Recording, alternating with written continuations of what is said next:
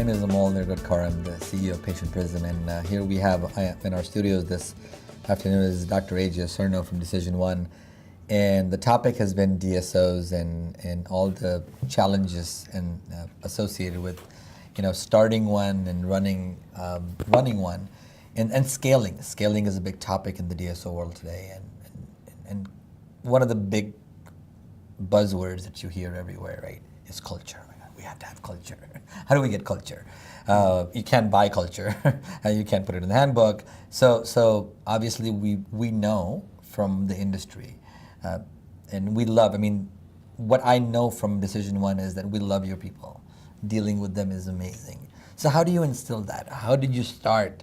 One day did you say, "Oh, I got to buy me some culture"? Is that how you started, or how do you instill that, and how do you make sure that everybody on your team kind of abides by that culture? So we started with this, right? We started with, I didn't know how to create culture. I think everybody has culture. It's just what you do in your world. That's your culture, right?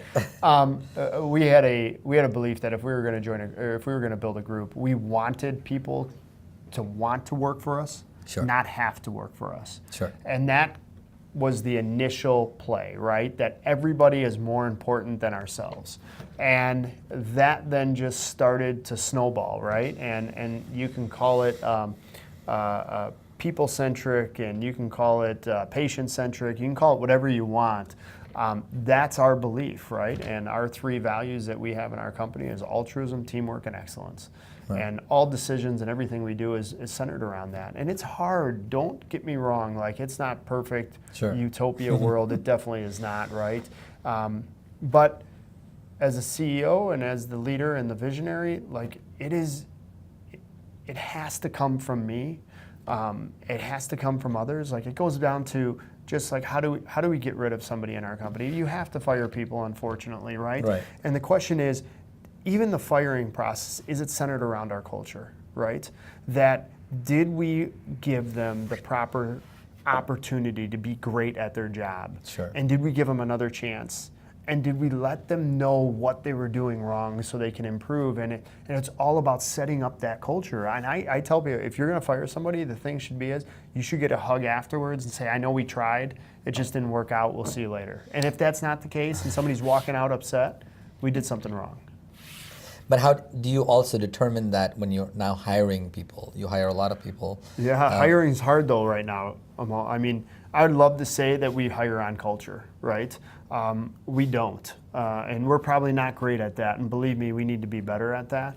But I'm just being honest, we don't. We hire right now for people that, okay, we need a position filled. We need a body. And who can do that, right? And the hope is that we believe everybody wants to be great and everybody wants to treat each other with respect. Very seldom do we have somebody that comes in that doesn't want to be altruistic. You just got to provide an opportunity to be altruistic, and it's usually the people around them that spoil them right away. As soon as they walk into a group and everybody's just worried about themselves and it's cutthroat and it's we don't care about you, it's over. Once you show that, hey, listen, I'm here for you, I'm here to support you. Oh yeah, whatever. And then you show it, now that person goes and does it to somebody else. Is there specific training that you guys do in terms of activities? Is there like a cultural, like some sort of like group activities that you do to bond together? We do. We have an annual leadership, meeting, and we call it the D1 Rally. We have a big, huge company picnic that we have every year. We stay in constant contact with our teams and trying to support them.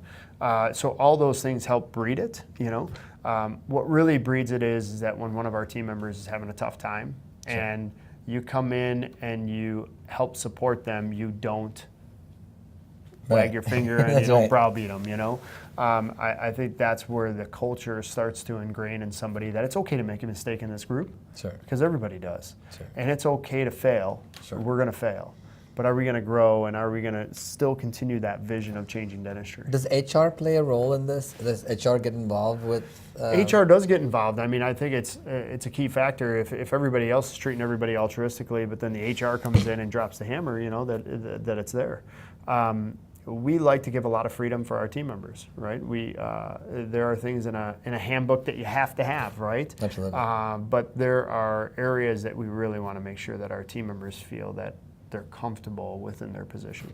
That's great. I mean, I think it goes back to what we've talked about before is in order to build a great organization, you have to kind of look at why people want to do what they want to do and what makes them tick, and not just clinically, but in their lives. And once you figure that out, I think people feel supported and their cup is full, and they're going to behave in a manner that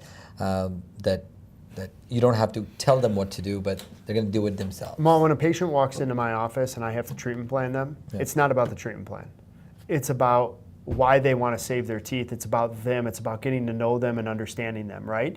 When I walk into an office, it is not about somebody answering the phone.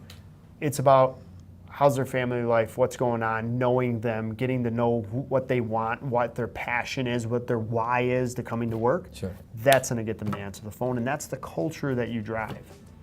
That's fantastic. I think we should end on that note. It's awesome. Perfect discussion. Thank Thanks you so much, AJ. Appreciate it. Thank you.